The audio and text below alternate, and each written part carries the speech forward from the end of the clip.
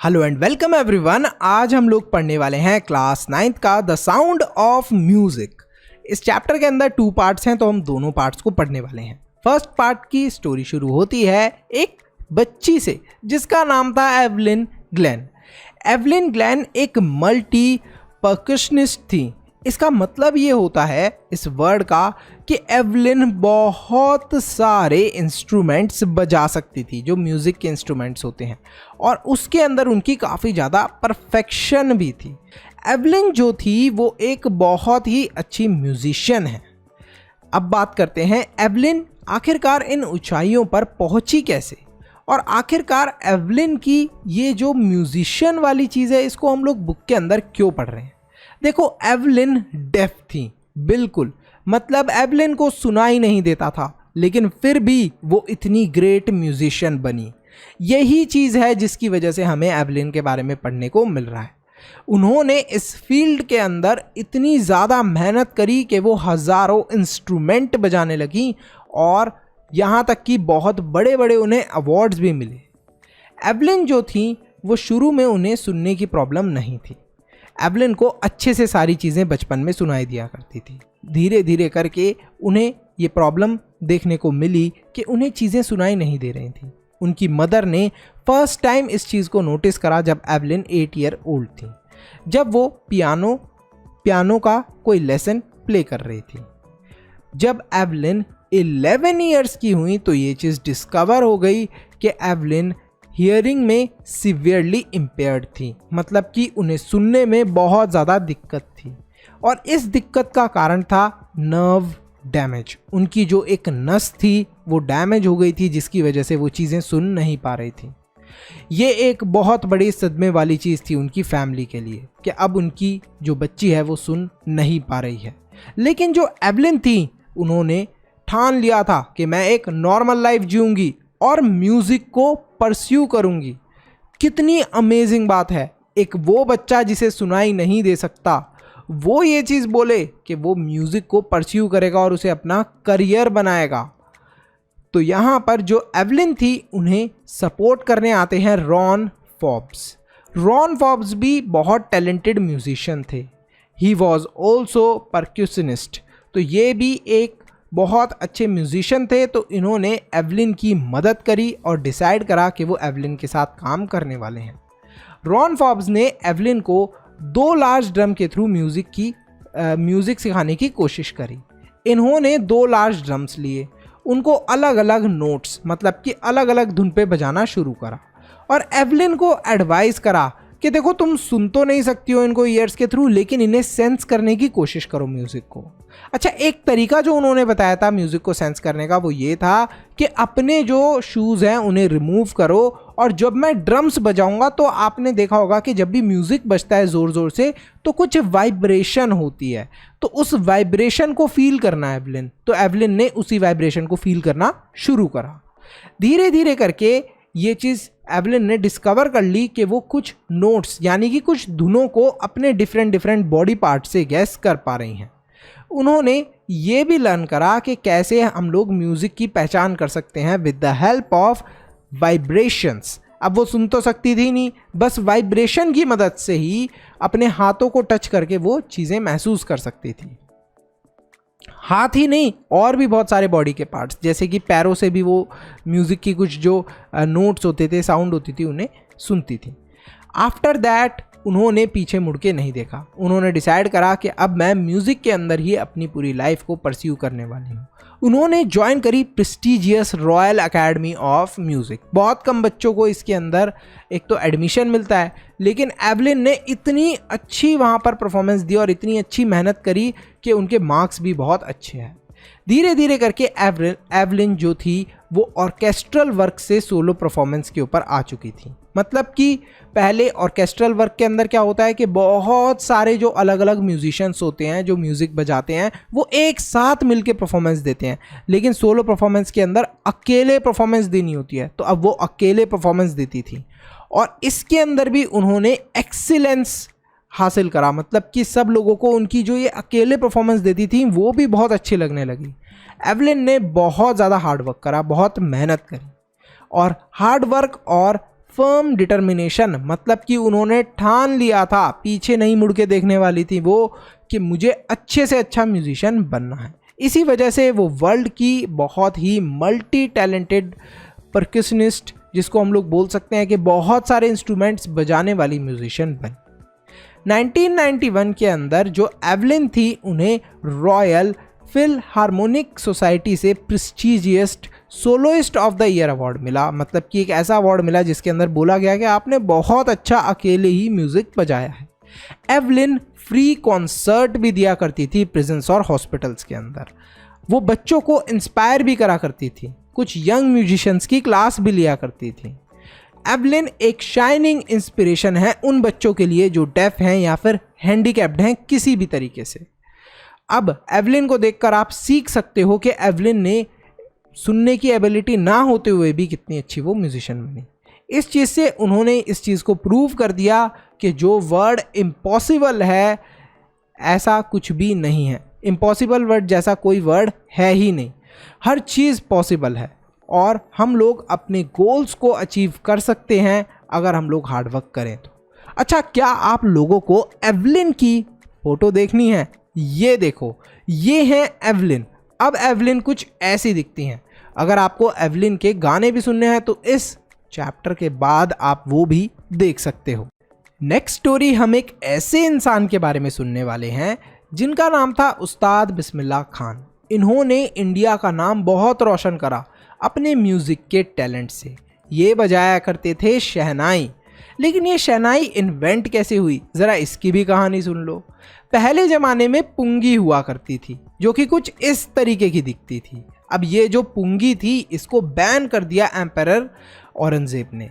जब एक दिन एक आदमी पुंगी बजा रहा था तो महाराज औरंगजेब को गुस्सा आया। बोला, अरे भाई ये पुंगी की आवाज़ तो बहुत गंदी है, इसे बैन करो, कोई भी इस पुंगी को नहीं बजाएगा। लेकिन इस पुंगी की आवाज़ को बदलने की ठान लिया था एक बार्बर ने डिसाइड करा कि मैं पुंगी की आवाज़ को बदल दूंगा। और उन्होंने क्या करा, इस आवाज़ को चेंज करने के चक्कर में बहुत मेहनत करी। धीरे धीरे करके वो मेहनत करते रहे और फाइनली ये जो पुंगी थी इसको बना दिया उन्होंने शहनाई।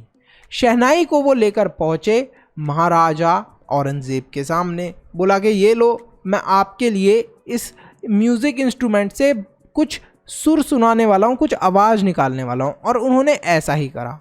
जब ये औरंगजेब के सामने बजाई गई शहनाई तब औरंगजेब बहुत खुश हो गए। बोले, अरे वाह, बहुत ही अच्छी तुमने तो साउंड बजाई है, तो अब से शहनाई को बजाया जाएगा। अब ये जो शहनाई है इसका नाम भी यहीं से आता है। देखो, फर्स्ट टाइम ये जो शहनाई थी इसे प्ले करा गया था इन शाहज चेम्बर, इसी वजह से इसको हम लोग बोलते हैं शह। और फिर लास्ट में आ जाता है नाई। इसको प्ले किसने करा था? एक नाई ने, एक बार्बर ने फर्स्ट टाइम, तो इसी वजह से लास्ट में आ जाता है नाई। तो आई होप अब आपको पता चला होगा कि शहनाई का नाम कहाँ से इन्वेंट हुआ है और शहनाई कैसे इन्वेंट हुई है। जो शहनाई थी, शहनाई को ज़्यादातर मंदिरों के अंदर और वेडिंग्स के अंदर बजाया जाता था। लेकिन बिस्मिल्लाह खान ने शहनाई को इतना ज़्यादा पॉपुलर कर दिया था, सिर्फ इंडिया में ही नहीं विदेशों में भी, कि लोग इनकी शहनाई बजाने की जो कला थी इसे सुनने के लिए दूर दूर से आया करते थे। बिस्मिल्लाह खान बनारस के घराने को बिलोंग करते थे। जब वो पैदा हुए थे 21 मार्च 1916 में, तब वो एक विलेज दुमराव में रहा करते थे। उनके जो फादर, ग्रैंडफादर और जो पैटर्नल एंसेस्टर का मतलब जितने भी उनके पूर्वज थे वो सब बहुत अच्छी शहनाई बजाया करते थे। तो मतलब कि बचपन से ही इन्हें ज़रूर शहनाई बजाने का शौक़ इन्हें होना चाहिए। तो बिस्मिल्लाह खान जो थे उन्हें ऐसा ही बचपन से इंटरेस्ट था म्यूज़िक के अंदर। जब वो सिर्फ 5 साल के थे तब से उन्हें म्यूज़िक के अंदर इंटरेस्ट था। जब वो बहुत छोटे हुआ करते थे तब वो बिहारी जी के टेंपल, मतलब कि कृष्ण भगवान के टेंपल जाया करते थे और वहाँ पर भोजपुरी चैतिया गाया करते थे। मतलब ये कोई भजन होता होगा, इसे वो गाते थे वहाँ पर जाके। उन्होंने अपने मैटरनल अंकल को देखा एक दिन प्रैक्टिस करते हुए शहनाई और काफ़ी ज़्यादा वो फैसिनेट हो गए। मैटरनल अंकल मतलब कि मामा, पैटर्नल अंकल मतलब कि कौन हो गए पैटर्नल अंकल? ताऊ जी या चाचा जी। तो यहाँ पर जो उनके मामा जी थे उन्हें देखा है उन्होंने शहनाई बजाते हुए और काफ़ी ज़्यादा फैसिनेट हो गए, मतलब अचंभित हो गए। बोला अरे वाह ये तो बड़ी इंटरेस्टिंग चीज़ है यार। धीरे धीरे करके उन्होंने भी सीखना शुरू कर दिया शहनाई को। वो पूरे के पूरे दिन प्रैक्टिस करते रहते थे शहनाई को। रिवर गंगा के किनारे बैठकर मज़े से अकेले में शहनाई की प्रैक्टिस किया करते थे। जब वो 14 ईयर्स के थे तब वो अपने अंकल के साथ इलाहाबाद म्यूज़िक कॉन्फ्रेंस में गए, जहां पर उन्हें शहनाई बजाने का मौका मिला। जब उन्होंने अपना रिसाइटल ख़त्म करा, शहनाई को बजाना शुरू करा, तो लोगों ने काफ़ी ज़्यादा उन्हें अप्रिशिएट करा। बोला अरे भाई आप तो बहुत ही अच्छी शहनाई बजाते हो, आपको तो अवार्ड मिलना चाहिए। तो ऐसा ही हुआ। बाद में उन्हें बहुत सारे अवार्ड भी मिले थे शहनाई बजाने पे। ऑल इंडिया रेडियो जब लखनऊ के अंदर ओपन हुआ 1938 के अंदर, तब वहाँ पर बिस्मिल्लाह खान को, उस्ताद बिस्मिल्लाह खान को काम करने का पहला मौका मिला। ऑल इंडिया रेडियो के ऊपर ये शहनाई बजाया करते थे। अब रेडियो के ऊपर जब ये शहनाई बजाते थे तो सब लोग इनकी शहनाई को सुना करते थे, बोलते थे अरे वाह बहुत ही अच्छी शहनाई बजा रहे हैं बिस्मिल्लाह खान जी। तो बिस्मिल्लाह खान ने जब हमारा इंडिया इंडिपेंडेंट हुआ था तब उसे भी ट्रीट करा था with shehnai on red fort 15 अगस्त 1947। उन्होंने काफ़ी दूर तक ट्रैवल भी करा था और बहुत सारी मेमोरेबल परफॉर्मेंस भी दी थी और बहुत सारे नेशनल और इंटरनेशनल अवार्ड्स जीते थे। वो फर्स्ट इंडियन बनते हैं जिन्होंने परफॉर्म करा था prestigious Lincoln centre hall in United states of America. America के अंदर पहले ऐसे इंडियन थे जिन्होंने इस बड़े वाले लिंकन सेंट्रल हॉल के अंदर परफॉर्म करा था। तो मतलब अंग्रेज़ भी इनकी शहनाई की आवाज़ सुनने के लिए आ जाया करते थे, इतनी अच्छी शहनाई बजाते थे। उन्हें बहुत सारे वर्ल्ड के जो एक्सपोजिशंस होते थे, मतलब कि एक तरीके से आप समझिए बहुत बड़े बड़े म्यूजिशियंस आते हैं और अपनी म्यूज़िक की कला दिखाते हैं, वहाँ पर भी जाकर इन्होंने म्यूज़िक बजाया था। इन्होंने कैनिस art festival in Osaka trade fair के अंदर भी परफॉर्म करा था। नेशनल अवार्ड जैसे कि पद्मश्री, पद्म भूषण, पद्म विभूषण और यहाँ तक कि 2001 के अंदर इन्हें भारत रत्न भी मिला था। भारत रत्न हमारे इंडिया का सबसे बड़ा अवार्ड होता है, तो देखिए इन्हें ये भी मिल चुका है। मतलब इतना इन्होंने हमारी कंट्री का नाम ऊंचा करा था, रोशन करा था। बिस्मिल्लाह खान अपनी कंट्री को बहुत ज़्यादा प्यार करते थे। जब भी वो किसी फॉरेन कंट्री में होते थे तो वो इंडिया की ही बात करा करते थे। वो काफ़ी ज़्यादा अपने दुमराव गांव के बारे में और बनारस के बारे में फॉन्ड थे, मतलब काफ़ी ज़्यादा उन्हें पसंद थी अपनी ये घर वाली जगह।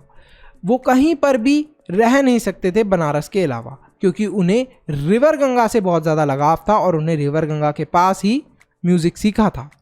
He also got huge success in celluloid world, मतलब कि जो आप फिल्म्स वगैरह देखते हो इसके अंदर भी उन्होंने बहुत सारा म्यूज़िक दिया। 2 फिल्म्स थी जिनके अंदर उन्होंने म्यूज़िक दिया था। आफ्टर दैट उन्हें ऐसा लगा कि यार ये जो आर्टिफिशियल ग्लैमर है, मतलब ये जो फिल्म है, इनके हिसाब का मैं म्यूज़िक नहीं बनाना चाहता। मैं तो म्यूज़िक को बहुत ज़्यादा पसंद करता हूँ, तो मैं अच्छा ही म्यूज़िक बनाऊँगा, ऐसा म्यूज़िक बनाऊँगा जिसमें कोई गलत चीज़ें ना हो। ठीक है, यहाँ पर एक और इंटरेस्टिंग कहानी भी है जो मैं आपको बताना चाहता हूँ। देखो, जो बिस्मिल्लाह खान जी थे, इनका एक डिवोटी समझ लो, आप एक फ़ैन समझ लो, जिसने इन्हें ऑफ़र करा था अमेरिका के अंदर ही आप अपनी म्यूज़िक अकेडमी बना लीजिए। तो बिस्मिल्लाह खान जी ने उन्हें जवाब दिया कि देखो, मैं अमेरिका के अंदर अपनी म्यूज़िक अकेडमी कैसे बना लूँगा, तुम मुझे पैसा तो दे दोगे, अकेडमी तो बना दोगे, लेकिन तुम रिवर गंगा को कैसे लेकर आओगे अमेरिका के अंदर।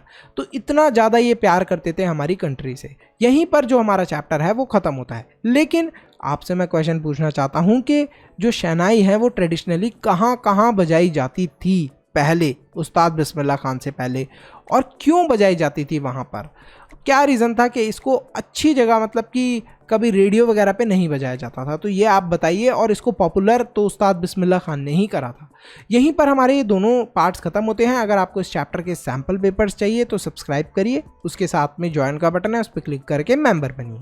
वीडियो को लाइक करिए और कमेंट करिए अपना homework. See you in the next video. Bye bye, till then Manu से ज्ञान लेते रहो। ये कोई ऐड नहीं है, आपको एक बहुत ही इम्पॉर्टेंट इन्फॉर्मेशन देनी है। एजुकेशन को इजी और अफोर्डेबल बनाने के लिए हमने एक इम्पॉर्टेंट स्टेप लिया है। आपके लिए हमने रेडी करा है स्पेशल कंटेंट जो आपके एग्जाम में बहुत हेल्प करेगा। इसमें आपको मिलेंगे चैप्टर वाइज टेस्ट पेपर, हर चैप्टर के नोट्स, साथ में कंबाइंड टेस्ट पेपर्स और प्रायोरिटी डाउट क्लियरिंग। इसके साथ साथ और भी बहुत सारे बेनिफिट्स आपको मिलने वाले हैं सिर्फ और सिर्फ 299 के मेंबरशिप प्राइस में। सब्सक्राइब के साथ में ज्वाइन के बटन पे क्लिक करके आपको ये मेंबरशिप परचेज करनी है। ये प्राइस लिमिटेड टाइम के लिए है। अरे वाह भैया, इतने कम प्राइस में इतनी सारी चीजें, मैं तो अभी मेंबर बन जाता हूँ।